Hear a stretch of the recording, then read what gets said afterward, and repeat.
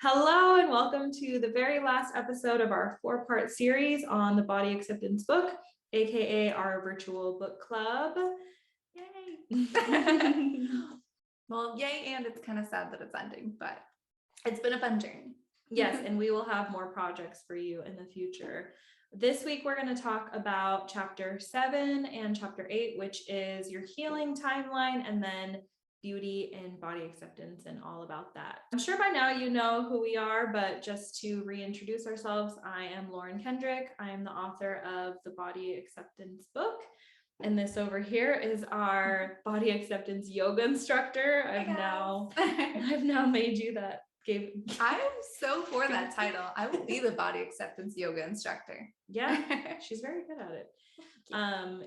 So we're gonna get into it. If you haven't signed up for all the goodies, you have until the end of this week to do that, which the goodies are a free study guide to help you along as you're watching or listening to the episodes, and just to help you dig deeper into the concepts. And then the body acceptance workbook, which is super comprehensive, in-depth, and it covers all areas of your life. Yeah, possibly even stuff that we haven't quite got to in the podcast. It's great. Yeah, it's very good, and it's going to walk you step by step into everything that basically getting you from where you are now to where you want to be. And that is only going to be free until the end of this week, and then it's going to actually go on sale. So if you want it for free, go to either thebodyacceptance.com and go to the tab that says book club, or I'll leave the link to sign up in the show notes or the description box, depending on whether you're listening or watching this episode. Yeah, so basically last chance to pile on some more free on top of your free with a side of free. All of this is just to help you guys get moving on your body acceptance journey. So please take advantage of it. There's some incredible stuff on top of what we're doing here in the podcast. Amen. Well said. All right, so let's start on chapter 7. We're going to talk about a few concepts when it comes to healing. And by healing, I mean healing your relationship with your body or with food, or maybe there's another area of your life that you feel needs healing in order for you to move forward. And we're also going to talk about the difference between, because last week we talked about your transformation timeline. And this week we're going to cover your healing timeline. And the two are very similar concepts, but they are different because, again, transformation is you described it really well last week, Chris. Do you remember what you said about it? Not exactly. About transformation. The difference between transformation and healing? Yeah, about which one goes which way. Okay, so I guess I would say the biggest difference between transformation is more of what you're moving toward, what you want more of, and healing is kind of letting go of the past, letting go of, prior habits or prior thought patterns, prior beliefs that have hurt you. Yeah, exactly. So if you think of it that way, in order to move forward, you have to heal, or you can almost do the two in tandem. Right. Which was another conversation that we've had we kind of went back and forth with this idea of what needs to happen first. Do you need to heal, let go of the past, or do you need to transform and move into the next version of you? And I kind of think that there's not one right way to do it. I almost think of healing is letting go of the heavy bags you've been carrying, right? Mm-hmm. You could hold on to them for a little while you start walking forward, while you start that journey. But once you're able to let them go, you'll be able to progress a little bit more quickly. Yeah, that's what I remember you saying last week, is that sometimes when you're doing the transformational work, you won't realize what you need to heal until you're in it. And that was the big difference, right? Oh my gosh, yes. Yeah, so you'll be doing, I don't know, can you think of an example of when you're working on... I'm trying to think of an example because I know I've gone through this myself, not just in body acceptance, but in kind of personal development in general. It's almost the more you start to kind of peel back the layers of understanding, why do I feel this way? Maybe it's because of this. The more you heal, the more you realize you need to heal. That's kind of how I like to think about it. Yeah. There are some hurts that like or even some beliefs about ourselves, our body, our worth that we just have been shoving down for so long that we don't even know they're there. You kind of have to take off that top layer first to get to the next layer. So even as you're healing, you may start to uncover some deep rooted things that it's like, oh my gosh, I'm way less healed than I thought. But that itself is part of the transformational journey, moving through those layers. Yeah. And then that brings us then to the healing timeline of, just like when it comes to the transformational timeline, what does that look like? Healing, I'm sure you've heard the phrase before that healing is not linear, right? So it can be really easy to have high expectations of, say for example, healing your relationship with food or your body. You're literally, as Chris said, unpacking and unlearning things that you have been carrying for maybe your entire life. I know for me, I carried a lot from childhood, just from growing up and seeing the way that my mom related to food in her body. I didn't realize how much of that then I took on. And then, the way that people treated you when you were younger, like Chris, you've been told, when you were told like, oh, you're so pretty, and you found your value in that for a long time. Well, even growing up and I was being told things like, oh, you're thin, everything looks good on you. You don't realize that also instills the belief that, oh, if I'm not thin, it won't. And so you might grow up thinking, oh, it's a positive. But once you actually start going through this process, you're like, oh, crap. I'm actually really afraid that things won't look good on me when I'm not anymore. Yes. And you realize that that's holding you back, this unconscious belief that you didn't realize is holding you back. And I think that's one of the reasons it can be so hard to really put a timeline on healing, is when you start the journey, you don't exactly know what you're healing from, right? You kind of know the transformation you're moving toward, but you have to discover some of the deep healing along the way. Yes. Which is why it's so important too that you seek support along the way. So what are some of the ways that you can seek support? I know I'll say one, you can hire a coach, either whether it's like I guess it depends on whatever you're working through. You can hire a specific coach. There are coaches for pretty much anything out there, or a therapist to help you just like talk through it, because there are some things you might come upon that you realize, like, I recognize that this is an issue, but I don't know how to move forward. Or you might not see a pattern that someone externally might see. Absolutely. Anyone, whether it's a coach, a therapist, even a really good friend. Sometimes you have to pick the ones you have those conversations with a little carefully, but someone to give you that outside perspective, because we all come to the table with our own biases based on our experiences and what's happened so far. And even someone just to push you a little bit, so that when things do get uncomfortable, I know if you're doing your journaling, your self-coaching, you might be like, okay, I asked why twice. I got a couple layers deep. I'm good now. Having someone external who can push you a little bit deeper and say, no, you're not done yet. Give me one more. Like, let's keep going. And almost hold your hand through that can be incredibly powerful. Yeah, definitely. And hold space for you. And there are just so many parts and reasons that we need to seek support anyway in community. And that's going to help in your healing timeline, because it's easy to start on a journey and decide like, whoa, this is too much. I didn't sign up for this. And then, maybe you will have someone that's going to encourage you or push you, or, maybe no one has to really push you, but just guide you along the way and tell you that like, you're going to be okay. This stuff feels really heavy sometimes, and it's not a burden that you have to carry alone. Absolutely. And another great resource for that, hopefully, will actually be this book club community that we're creating. I'd say that I'm so lucky that I kind of ran into Lauren, because these are conversations that I was ready to have, but I didn't know that anyone else was ready to have them. So even just looking in this space, knowing that everyone here is on a similar journey can be so empowering, just to know, hey, I'm not alone, not crazy. Other people are working through this too, and supporting each other that way. That is so true. When you find a community that you didn't know existed, or a friend that, not everyone wants to go deep, and you might experience a lot of superficial friendships, and then find communities like the body acceptance community and realize like, oh my gosh, there are people out there who get me, who feel the same way I do. And I think that in and of itself is very healing. Oh yeah. sometimes we heal more through helping others heal.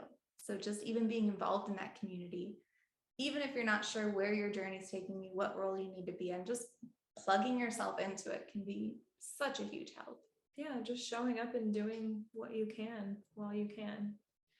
So moving into the parts of healing that are most difficult, I'm going to talk about something that I've struggled with in my journey of healing my relationship to food and my body. And then I'm going to allow you the space, Chris, to share something if you have anything to share. And then I encourage you, if you have a group or if you just want to talk about it in the Facebook group, to talk about that as well. So let's talk about this concept of being triggered, because it's such a, I feel like it's almost at this point,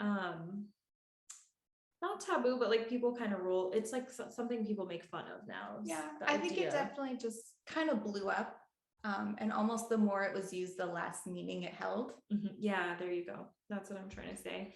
Yeah, so being triggered is really, I mean, my personal definition of being triggered is that something hits me in a place, like almost hits me in a place where I'm still wounded, and it captures my attention in that way. So like, for example, I early on in my journey, when I was trying not to count calories or macros or diet, anyone that would talk about diets around me, I would get triggered, what I would describe as triggered. And I would get like frustrated and like annoyed and kind of roll my eyes and like see myself out of the conversation really quickly. And what I wish I would have known then is that I didn't have to let my triggers stop there. And I didn't have to let them hold so much power over me. Because for a really long time, I just avoided my triggers instead of waiting until I felt safe to start to work through them and start to question, like, why does this trigger me? What is it in me that still feels threatened or still feels unsafe when I hear people talk about diets? For me, it was because I almost didn't trust in my ability to not diet. Like I felt like I would get sucked right back into it. And I knew what that meant for me.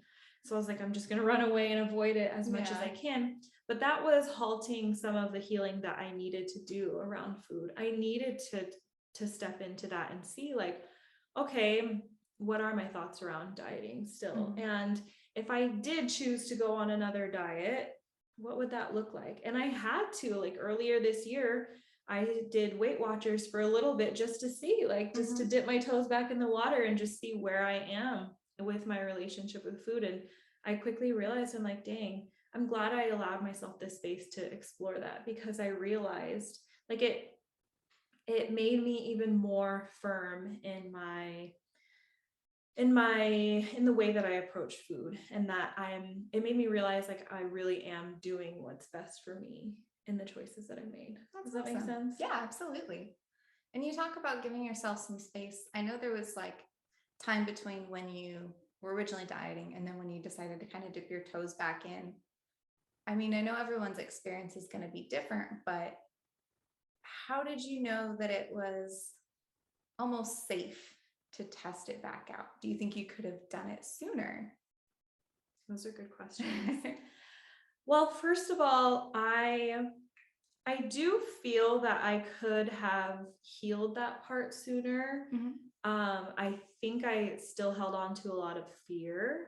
I think that was what stopped me from even, because I'm in a place now where I can start to focus on gentle nutrition and exercise and work on some things that will support some health issues that I'm going through. And I feel like before, when I was so scared to even like think about nutrition,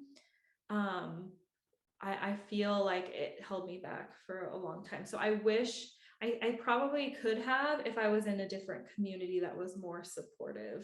Okay. But at the time I was in more of like the body positivity, and body acceptance is still almost like a new type of community that's coming up, which is more gray area versus. So I went from the dieting extreme into the other extreme, where it's like any talk of dieting or not caring about your body or not like loving how your body looks is not welcome, and you're wrong for that. Yeah. And if I would have had someone to tell me like, hey, it's okay to kind of be in the middle, then I probably would have healed a lot differently. Now, for your other question about how did I know when I was ready, if I was ready to dip my toes back into I assume it felt, I mean, there might have been some apprehension trying a diet again, but you probably felt a little bit safer at that point, that it was kind of okay. Yes. And I was coming from a place of desperation. Okay. Because it was after gaining a significant amount of weight and feeling so uncomfortable in my body. So it was almost like giving in to what I was afraid of years earlier, that, I said I was afraid of hearing about diets and then giving in. Well, what got me this time was a bunch of Weight Watchers commercials when I was in a vulnerable place. And so I didn't really go into it with a lot of clarity. All I knew was that I was desperate for something. And then as it happens, a few days into, like, your body image stuff kind of ebbs and flows. So I had a few days to then explore, is this working for me? I think all the tools I developed along the way of learning to question, how do I feel doing this? Like, how many calories am I actually eating? And knowing that like 1,200 calories is not enough. Just knowing that. And so understanding that, hey, if I'm hungry beyond what I've been told to eat on this Weight Watchers plan, no wonder. So there was no guilt and shame that was brought into it. And I think that was the difference. I love that. So that's like a roundabout way to answer your question. But no, that's kind of awesome, because it almost sounds like, I mean, not that it happened unintentionally, but you just kind of wandered down that path. The intent wasn't to, I'm going to try dieting and see how it works. You were in a spot, it was there, it happened. But all of the tools, all of the healing that you've done and the transformation was there, and it supported you in that. So you didn't have to make that dramatic swing again. That's true. That's something you kind of talked about on last episode too. When you're going from one extreme, it's natural to swing all the way to the other. And that's what happened at first, right? From diet culture to body positivity. But you've calmed yours down so much that that little swing came right back. So it works. The things we say are true. Yes. And it's worth, and again, that came from all the healing, but that took 5 years or so to get to that point. And I know there were times when I had expectations of like, I wish I were more healed, but I was also really gentle on myself during that. So if I would try to tweak something with my nutrition and I noticed that maybe I was immediately binging or thinking about food more often, I recognized that and I was like, we're not healed enough for that yet. So we're just going to put that to the side and just wait. And just giving your body time for anything is such a hard skill to learn, and so powerful once you do. I think that's probably one of the biggest ones that I'm still struggling with. I tend to be very reactive to my body. Whereas like if I wake up and I feel maybe a little bit bloated one day, I'm like, ooh, I need to change what I'm eating. It's like, no, wait, that's not quite right. Or I'll wake up and I'll have acne. I'm like, oh my gosh, something's wrong. I need to fix it. So just allowing yourself to have that time to heal, to listen to your body, to work together, that's been huge. Yes, that permission and that space. So is there something, I mean, along those lines, is there something that triggers you? You just talked about acne or I think that's definitely been one of them. And we've talked about this a little bit before, but there were times when I almost felt like guilty for having acne.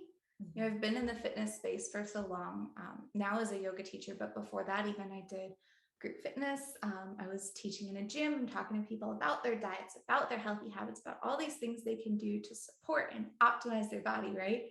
And then I walked in with a big pimple and it's like, well, clearly I haven't optimized mine, right? So I definitely not true, by the way. right? And there's so many different factors that can go into it, but it was just one of those things that like I felt that it took away from my credibility. I felt shame for it because I couldn't control it. And I've gotten a lot better. I'm learning to kind of let that go. And also know that it takes my body longer to communicate with me.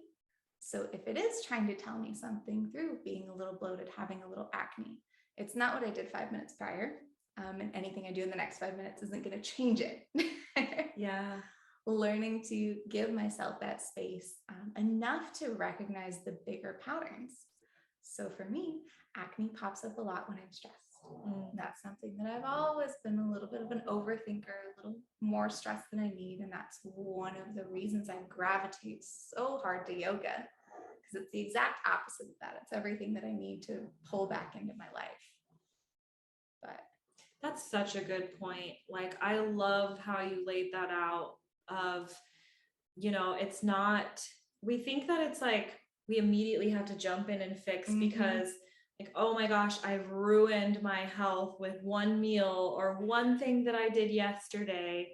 When you, like Chris said, like it's your overall habits. Oh, absolutely. And the overcorrection from that type of mindset is worse for your body than anything. Yes, exactly. When we, oh, I feel bloated, I need to eat less.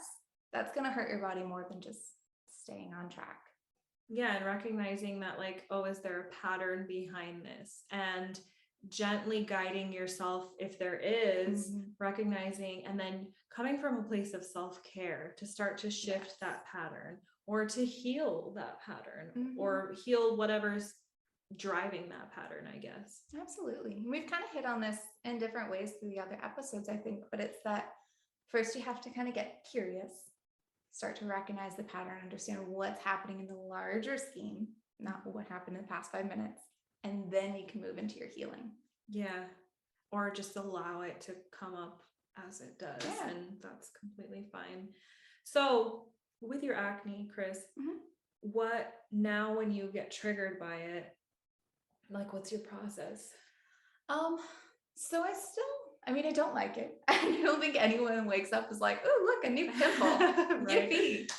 But I also know that it's not a problem that I have to fix, right? I don't have to, put on a bunch of crazy face creams or pop it or do whatever. I can kind of let it be, which helps it heal faster. But just reminding that, it has nothing to do with my self-worth. If anything, it's probably my body telling me to chill out a little bit, to do less rather than my instinct to do more and try to fix it. Yeah, right. But yeah, that's been the biggest shift, just learning to try to understand rather than to correct. And that's allowed me to give myself a lot more grace too, because it's not a problem if I'm not trying to fix it. Yeah. It's just a signal. It's one way of the body communicating with me. I'm not sure if we've really harped on this in the other episodes, but also I want to talk about, since we're on the topic of acne, and I talk a little bit in the book about when I struggled with body image back in like 2019, where I felt good, like body wise, like size wise, I felt good for once, but then I developed acne for the first time. And there are a lot of assumptions that people make about acne. Oh yeah. Just like when people make assumptions about the size of your body, people will look at acne. And I remember people just giving unsolicited advice to me about how they can fix it, and we'll cut this out of your diet, or it's because you're wearing makeup. I was actually talking to a friend earlier today about that, because I did feel for a long time that like the acne I had developed was all my fault. And it was because I had chosen body acceptance, because I wasn't strictly dieting, and this was like payback for that. And so I was, I did actually try different things. Like I tried cutting out like dairy and gluten, and it didn't really do anything. And then I tried not wearing makeup for 2 weeks and nothing changed. And I was so against going to a dermatologist because I was like, oh, I have to heal the natural way. But, we have Western medicine for a reason. And there's no shame in having to use medical intervention to help heal your body. And so for me, I finally went to a dermatologist, and I was prescribed some things like a antibiotic and a topical. And I was so against antibiotics because of what I'd been taught in like health coaching school and stuff. I had this fear of them. And, I think there is, I'm not going to go down that rabbit hole, because the point that I'm trying to make here is that what I needed was not all of these holistic approaches that everyone was trying to push on me and say was like my fault for having the acne. Mhm. What I needed was the treatment that I found, and it worked. And then I developed a skincare routine and I haven't had any issues since. And I haven't changed my diet since then. I wear the same amount of makeup, but I guess it goes back into, remembering that, first of all, people make assumptions based on things that they Oh yeah. know nothing about. Mhm. And that's almost like helpful to know. Yeah. You know what I mean? Like, it's hard to face the fact that you can't control what other people are going to think about your body size or your features or anything, but you can know yourself that, like, and acne is so complicated. Everyone has it for different reasons. Mm-hmm. Oh, it's crazy. But I love that in your story, you were able to like try different things. And eventually that included, going to a dermatologist.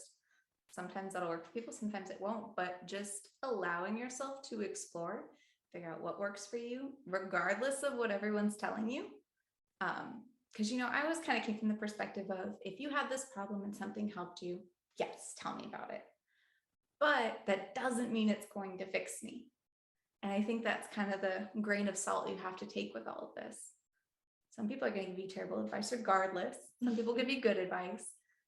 Neither one is guaranteed to work for you. Yeah. And we can really romanticize when someone does like tell us, or we learn about this new diet, or, there were so many times I invested in all these different skincare brands because I was told this is going to be the magic fix. And going off on a quick tangent before we go back into healing, but we have to be realistic about most things. There is no magic fix for most If things. it sounds too good to be true, it is. Yeah, which that's not really a tangent then, because we're talking about healing, and we want to bypass the healing so often, right? Because we think, because it's hard and it's long, but it's the only thing that sticks. Yeah. Yes, you have to really heal. You can't just bypass it. Like, you have to take the time and be in that space. And be okay with like recognizing that, like, hey, I'm healing, but that doesn't mean I'm any less of a human. Like, it doesn't mean I'm not you're broken. Yeah, that's what I was thinking. You're not broken where you are now just because you're in that healing process. You just are. Yeah, you're a human on the human journey. Yeah, so we'll just reiterate the point that healing is not linear. And I also want to validate your experience if, say, you notice yourself mourning a past version of your body, what it looked like when you were 20 or in high school, and you recognize that, like, you're not willing to do what it takes to get back there, and that you probably never will, but it still hurts. That's okay. And it's also okay to mourn a version of yourself that you used to think that you could become. Like, I used to have this dream body in my mind and really believe that, like, I could get there. And I've now realized, like, that's not even my body type. I would have to get 100 surgeries to look like that. And I'm not willing to do that. But it's okay for me to still look back on old pictures and feel sad and be in that space for a little bit. Oh yeah, absolutely. And I think it's almost good to go back and appreciate, the body that we had at different phases, because it's a good reminder to appreciate where you are at now too. And I love how you put that about looking back at the different versions, but also realizing what it would take to get back to those versions, or to get even to future versions, because that's the part I think we forget all the time. We look back at this picture of me even, 3 years ago, back when we were in Georgia, and I was training in the gym at least twice a day. Like, I was either teaching people or working out myself. Like, that was just my life. That's where I lived. It's what I did. Obviously, my body looked a little bit different, right? I weighed a little bit less. My muscles were a little bit more defined. It was a nice look, but I don't have the time now to spend in the gym. So as much as I might mourn that body, I don't miss that lifestyle. I love the life I'm in right now, and I love the body I'm in right now because of it. So you can have both. Mourning one doesn't mean you're not accepting where you are now. Yes. Yeah, very well said. And don't let anyone make you think differently. Yeah. I mean, of course, you don't want to sit there and dwell on it or feel. I think like Chris said, using it as fuel as a reminder to appreciate the body that you're in, because we always look back in hindsight and think that, oh, everything was so much better. We romanticize the past version of our lives based on a picture. And then you have to bring yourself back to reality and realize, like, wow, do you really want to go back to that space where you did still have so many things that you needed to like heal from? And I know that like I would not choose to look the way that I used to if it meant that I had to go back to, like, that was a time and place in my life that was necessary, but I moved on for a reason. Right? That body came with its own lifestyle, and you don't get to choose one without the other. Yeah, and that's the reason I chose body acceptance to begin with, is because I was so fed up with what it took to try and look a certain way. And I knew was like, this isn't worth what the sacrifices that I have to make just to look a certain way. And so, sometimes I have to reground myself back to that space. But it can be helpful just to remember that you're picking a whole package. You're picking the daily habits, you're picking, of course, the body, but also the life that you build around it. And remember that when you're healing, even when you're in your transformation journey, like, pick up the whole thing. Yeah, exactly. Because some people will tell you it can be done. You can control your weight and what your body looks like if you really try, but at what cost? And is that worth it to you? Yeah. So the last thing we want to talk about then in this chapter is, so when it comes to representation, maybe you're stuck in a section of your healing that relates to your body because you're still feeling like, I don't see anybody that looks like me, or no one has my body type, or just feeling like you're not being represented. And so can you fill a space, just like Chris said earlier, sometimes the most healing thing can be to help others.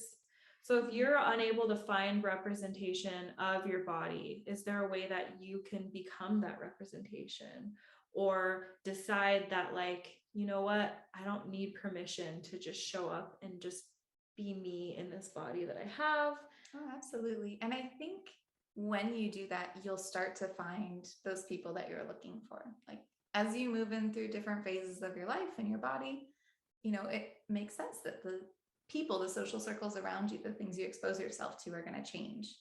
But if you start showing up in that way, you'll start to find the people that resonate with that same message. Yeah, that's a really good point. You attract what you become. Yeah.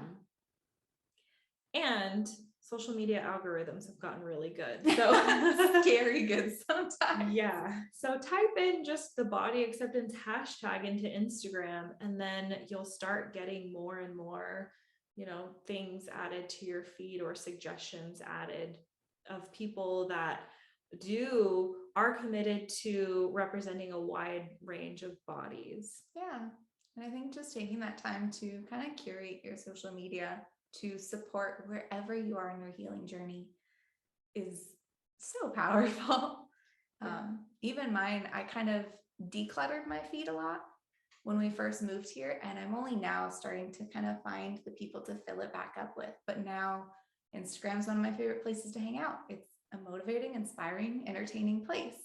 And if it doesn't feel like that for you, know that you have the power to make some changes there. And depending on where you are in your journey, like Chris said, you're going to have to curate your feed differently. So if you notice something is triggering to you and you're not ready to dig deeper into that and you just need space, like maybe, I know for me, like Instagram is my safe space online. So I literally, if I don't like something, or if me looking at something or someone's feed is making me feel worse about myself, I either mute or unfollow them. Yeah. I don't feel obligated to keep them around just because I'm like, I don't know, whatever. And so if you feel that way, you can remove those. Like, I, for a long time, could not follow any fitness related accounts or anything that was like super nutrition based, or there was a lot that I couldn't look at in the beginning as I was healing my relationship with food, because I was still holding tight to a lot of beliefs that had me practicing unhealthy, disordered behaviors around food. But now I recognize that I'm in a space where I'm okay to have those, because I know that I'm able to recognize it quickly when it's not serving me. Yeah. And I think that's a good point. You kind of have to unplug from those things long enough to almost discover your own voice again. So that when you come back in, you can see where they align or don't align. And maybe there's more there that's still relevant than you thought and awesome. And if not, now you have almost the confidence in yourself to just be like, nope, don't eat it. Yeah. And sometimes that takes dipping your toes into the water and seeing, like, I couldn't handle this last year, but just like trying a food that you didn't like, you know, your palate's always changing. So. That's me. Every 7 years I tried tomatoes again. It hasn't gotten me anywhere, but I'm gonna keep trying. Yeah. And you can learn to trust yourself, that like, okay, I've done enough healing that I trust myself. So going back to your question earlier about Weight Watchers, I trusted myself enough to know. So that, I guess there's my answer. I trusted myself. I got to a point where I felt like I really trusted myself enough to allow that space. To know whether it worked or not. That I wouldn't be stuck going back to a disordered place, that like, okay, I'm going to try this and see if it works for me. But I know that if it doesn't, if it doesn't, I have the tools to bring myself back to center. That's awesome. Well, that's a good way to wrap up chapter 8 or chapter 7, chapter 7, and move into chapter 8, which is another controversial topic, I would say, when it comes to body acceptance. And especially going back to early on, and it depends on when you start to do this work or who you're allowing to guide you through the work of body acceptance or body positivity. But I've noticed that in a lot of communities, like on social media or podcasts that I've listened to around body positivity, some people can really push this narrative that you should just not necessarily like how you look, but you shouldn't alter the way that you look. Yeah, but it's almost, if you have to alter it, you're not accepting it. Yes, exactly. And so I wanted to add a chapter in the book about that, because I had a lot of guilt for wanting to wear makeup or still wanting to dress quote unquote cute or in an expressive way, or even having the desire to still lose weight sometimes, or having these thoughts of getting cosmetic surgery for things that I don't necessarily love about my appearance. And I held those things, I tried to hide them away and cover them with body positivity, but it really didn't get me anywhere, because again, like, I just felt back to a past version of myself where I was like a people pleaser. I just did things because I felt like I should without really understanding. And so if you feel that way, that maybe you still have some fear of like, well, I can't practice body acceptance because there are still things I don't like about myself. I want to invite you to maybe see that differently and recognize that, like, you're in a space, at least with us and in our community that we're building, you're in a space where it's safe to be able to have those feelings and explore them, or maybe even follow through with them. So what are your thoughts on that, Chris? Yeah, absolutely. So I definitely think that you can be fully accepting of your body and love your body and still want to change how it looks. I think for me, the difference is through kind of this journey with body acceptance, you get to hear your own voice a little bit more. And if you're wanting to change something, whether it's you want to lose weight, you want to change your hair, whatever it is, get a nose job, I don't know. But if you're wanting to do it because you want to look different for you, that's the end of it. Like, it's more empowering to follow through on that than to try to squash that down. Whereas a lot of times we might have, like, I think it can get dangerous when we're unclear of the motivations. So when you feel like maybe you have to wear makeup to be pretty, or you have to lose weight to be accepted or to be sexy or whatever those may be. At the end of the day, you really have to get back down to where is this coming from and who is this for? And that's kind of what separates it for me, at least. Yeah. No, I agree. And I want to add to that, it's funny because you just said you have this belief that you have to lose weight to be sexy. And I've actually been struggling with that belief. And I believe that like in this right now, but that's somewhere that I'm at in my journey. That's like maybe not necessarily healed, or I haven't explored that, but it's more important for me that I acknowledge that I believe that. And now I can start to explore, like, why is it that I believe that? Is it really true? It's so funny. I don't believe it's true, but I believe it's true for me. Okay. For now, right now. Does that make sense? Almost. I guess we could do like a quick coaching session. I mean, not that you have to coach me, but like to really talk through it, because maybe those of you who are listening to this in this book club or in groups of your own, you're struggling with feelings like that, like where that for someone else it's okay, but like for you it's not okay. And I believe that I think I'm still holding on to a past version of myself that I thought was sexier because my body looked different.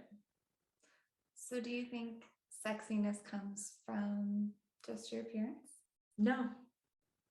I believe that sexy is embodying who you are and being accepting of who you are and where you are. Which you're kind of, that is you. Okay, well then talk to me then without clothes on. Okay. I mean, I'm not saying we can turn this off. What I mean is, how do I, when it comes to like, I feel that like my naked, so I'm looking at sexy then. I just said sexy is like embodying blah, blah, blah. Yeah. But then there's a part of me that believes that sexy is looking a certain way when you're naked. Okay. So why do you think that? Because of porn. Okay. Because all the bodies that I see in porn look a certain way. So this might be crazy, but I'm going to say it because I thought it. What happens to if you can't find the representation, be the representation? Not that you should be a porn star, but have you ever thought about OnlyFans? like making a video for yourself? I have, and I'm scared to, because I had made some in the past with Jason. Like we're getting, I guess, grand finale fireworks episode. We're getting spicy. Yes, I have, like Jason and I have made them in the past, and now I'm so scared.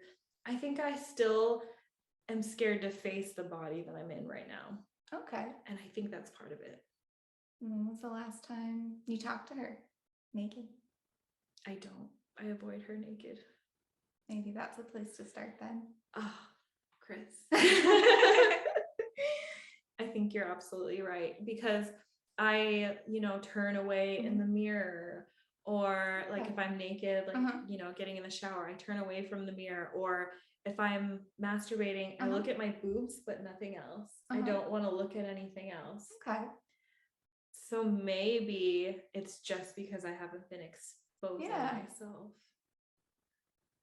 Wow. I mean, if you haven't seen her in a while, it's natural to be a little uncomfortable. A little shocked. Yeah. And like, it's just like if you haven't seen anyone, like when Jason and I are long distance and I don't see him for like 7 months and then I see him again in person, it's a shock. Yeah. That doesn't necessarily mean it's a bad thing. But it's just something. It's unfamiliar in a weird way, because you expect it to be familiar, but yeah, you think that like, oh, it's my body, right? Like I grew up with it, I know it, but no. I mean, you guys, how often do you take the time to explore your body, or to just like, and maybe it doesn't have to be in a mirror or a camera if I'm not ready for that yet, but I can start to at least just get naked and like look down. Yeah, just kind of look around while you're getting dressed in the morning. I'm excited.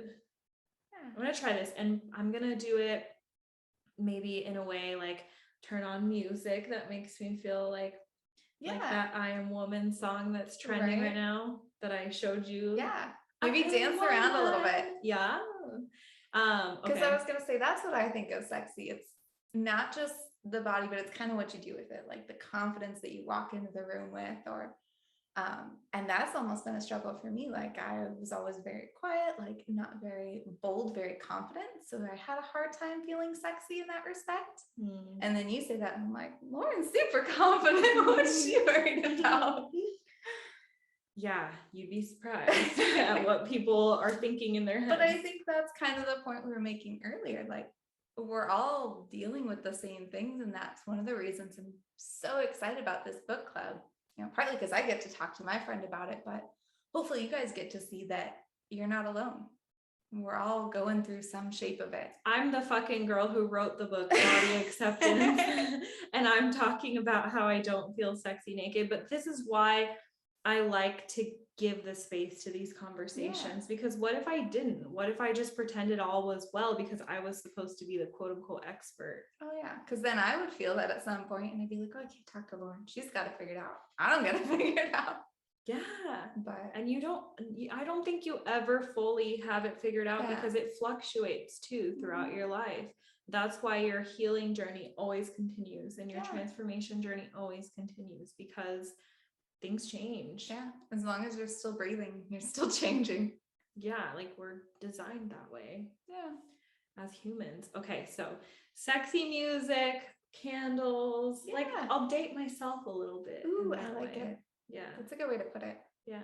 Date myself a little bit. And it is so true, because when I see, well, I've seen a lot of naked women in my life for like different reasons, but I've never looked at one and been like, ew. Like I've always just been like, whoa, different curves and roads, and like women are just gorgeous, like in every shape and size. Like I genuinely believe that. So why can't I offer that to myself, or at least, well, and you can, but it's always a little harder on yourself.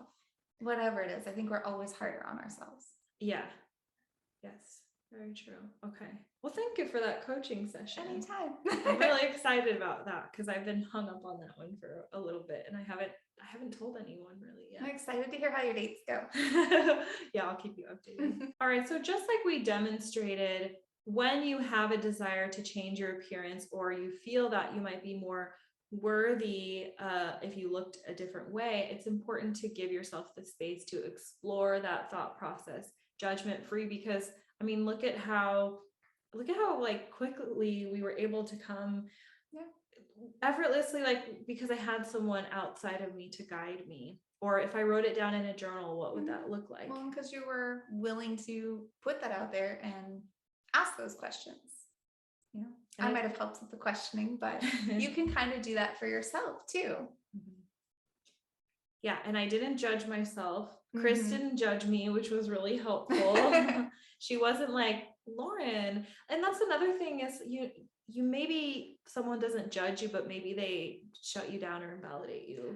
Like, what if Chris was just like, Lauren, like you are sexy, just believe it, girl. Yes. And I feel like, especially as women, we do that a lot, trying to be supportive, but you just have to come back to your feelings are valid. Whatever they are, they're valid. And if you accept that and give yourself space to explore them, you can move through them. If you try to deny them in any way or just paste a Band-Aid over them, they're always going to be there. Yeah, because you can't just cut them off. So maybe that's something you can practice with your friends or the women in your life that you care about, or the people in your life, of instead of trying to offer them support of like, oh no, girl, you look fine. Or a friend of mine recently was like, you're not fat, you have fat. And I know she was trying to be supportive, but that wasn't, because I was trying to just own the fact that like, you know, it's okay. Like you can be fat and beautiful. It's not one or the other. You can be fat and empowering. You can be fat and whatever. Oh yeah. And so, you know, if you want to be helpful to someone, maybe give them the space to help if they're willing to help them explore of like, oh, interesting, you know, get curious. Why do you think you feel that way right now? Like, what do you think is causing it? And then you can start a conversation just in the way that Chris did so seamlessly. Oh my gosh. I have a friend back in Vegas who's really good at this. And I don't think she has any idea that she's good at it. But she's that person that she's never gonna, she almost doesn't care about people's feelings. So she's not trying to fix them. She'll just be like, oh, why do you think that? You know, kind of bluntly. Yeah. But she'll sometimes get you to a really fabulous place. She's an accidental coach. She really is. But yeah, just, you know, I think sometimes we say things like that because we're almost uncomfortable. Yes. As the person hearing this vulnerability, like if I wasn't comfortable being vulnerable and Lauren said that to me, I'd be like, whoa, okay. Yeah. But so even noticing that in yourself, if that's how you're responding to other people, that might be something that you can explore too. Yeah. Like, why is this uncomfortable for me? And for a lot of people, I think they get uncomfortable because they don't know how to hold that space, or they don't know what to say or to do. And that's why, you know, giving you the tools of being curious. Curiosity is something that comes naturally to us. And all we have to do is just learn to tap into that of like, imagine that it was you feeling that way. And you were just like, well, you know, like what's going on? Like genuinely, like Chris's friend is just a curious person, and she's not afraid to go there with people. And I'm sure people will really appreciate that about her because she's not putting any sort of judgment or expectation or anything. She's just like in a neutral space, just asking, well, what's going on? It's almost like a kid, right? Kids will always ask you like, why? As an adult, you almost like, well, that's because that's how it is. But then you're like, well, why is it like there's really something to be learned from that. Yeah. All right. So if you choose to wear makeup or wear clothes that you find quote unquote flattering or anything like that, can you still practice body acceptance at the same time? Yes. Trick question. Yeah, for sure. And I think again, it just kind of goes back to knowing why you're doing it and doing it because it's what you want. You know, I'll wear makeup sometimes, but when I felt like I had to wear makeup to, you know, be pretty or be presentable or whatever it was that I was filling in at the moment, it was such a drag. Like I hated it. So most of the days I don't. And when I do, it's me celebrating me rather than me trying to cover it up. And just giving myself that space to do it when I want, because I want, really changed my relationship with it. So I love that. So if you question something and you realize that you're not doing it for the right reasons, like what do you usually do when you're like for example, say I've been wearing makeup every day lately, and is that something that I want? And you're like, no. And then you realize like it's because of outside sources or whatever. What do you do? So for me, I kind of just stopped cold turkey. I think I did it long enough that I almost kind of burnt out on it. It wasn't serving me. It felt like something that I had to do. And one day I was like, I'm not doing it anymore. And it was weird at first. You know, you kind of have that like, oh, are people looking at me funny now? Like, but it's kind of like you said, swinging from one extreme to the other. I wore makeup every day, then I didn't wear makeup at all for a long time. And once I got kind of comfortable without it, it was easier to decide when I wanted it. And I think that'll work for most things, just kind of giving yourself that space from it to process your feelings, process whether or not you want to go back. Yeah. And sometimes you'll even have to kind of hang in the balance as you're figuring it out. For more extreme things, I definitely think for cosmetic surgery, that's something that you should maybe sit on for a while.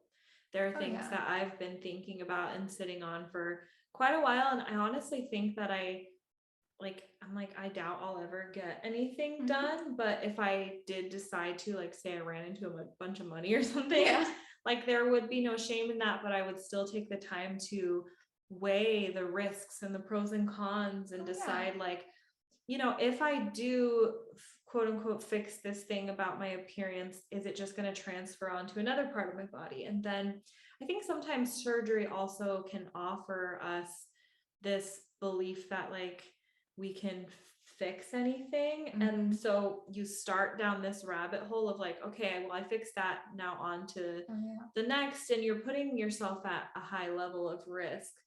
Well, I think that's a scary place to come at it from, is the fix. And, you know, we kind of talked about that's kind of like a trigger for me anyway. Yeah. But you almost have to go back to, what do you think will be different when this surgery is over? Maybe it's you're getting a nose job. If your answer is, oh, my nose is going to look different, and that makes you happy, kudos. If you're like, oh, well, then I'm going to be more confident, and then people are going to like me better. If you're waiting for all these magical things to change in your life, that's when you might want to take a little bit more time, a little more self-discovery. Yeah. Yeah. And maybe go back to, okay, I'm wanting this confidence. Is there a way that I can go after it directly without getting this nose job? Yeah. You know, and we have complicated reasons for why we do things. Oh, for sure. And so, you know, there's no black and white way to look at this. I would love to say like, there's a definitive yes or no on surgery or any extreme measures, but everybody's situation is different. Yeah. That's why we shouldn't judge each other. Right. And I think something like that, like if you are getting a nose job or something, and part of your motivation here is that you want confidence, I do feel that it can be a part of that process, but it can't be the magic solution. So we can't just change the outside and expect that to change the inside. But if the two go hand in hand, if you're, you know, working on your confidence, and you're like, this is really how I want to look, and like I'm building up on the inside, I do think that they can go together too. That's a good point.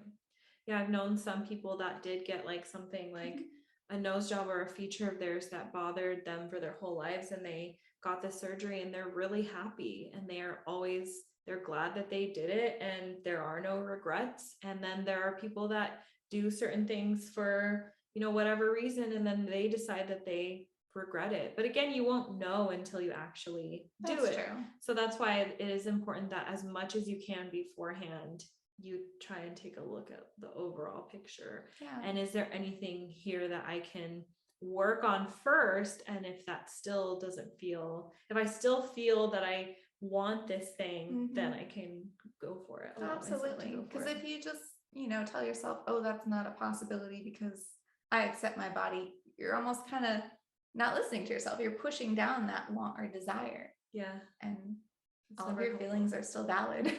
Yeah, exactly. So I just wanted to finish off the series with this conversation about, you know, the fact that I know that there can be a lot of shame around wanting to look different or doing things to alter your appearance. But I just want you to know that you are welcome in this community, no matter how you feel about the way that you look. What I just encourage and push so much is how you treat yourself and how you speak to yourself, learning to come at yourself with so much self-compassion and respect and love, because as we always say, we're all in this human journey. None of us know the right answer. We're all just making it up as we go. Yep. And so we're all doing the best that we can. I love that. All right, so we're going to finish up this series with this question. What does body acceptance entail for you? And how do you want to use it to empower you or change your life going forward? So, Chris. Yeah.